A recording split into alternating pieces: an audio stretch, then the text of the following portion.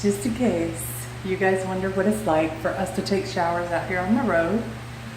And this is a typical shower that we go to. So I've got a circulating fan up there for the humidity.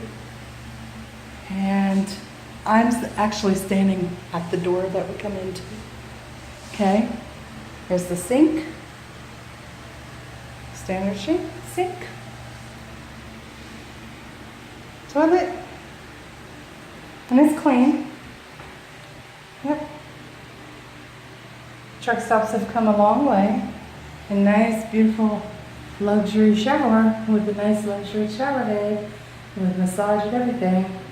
And they supply body soap, shampoo combination.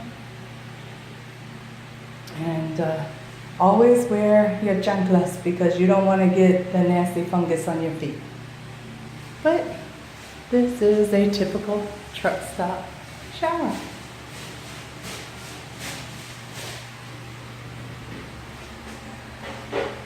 Thanks for watching.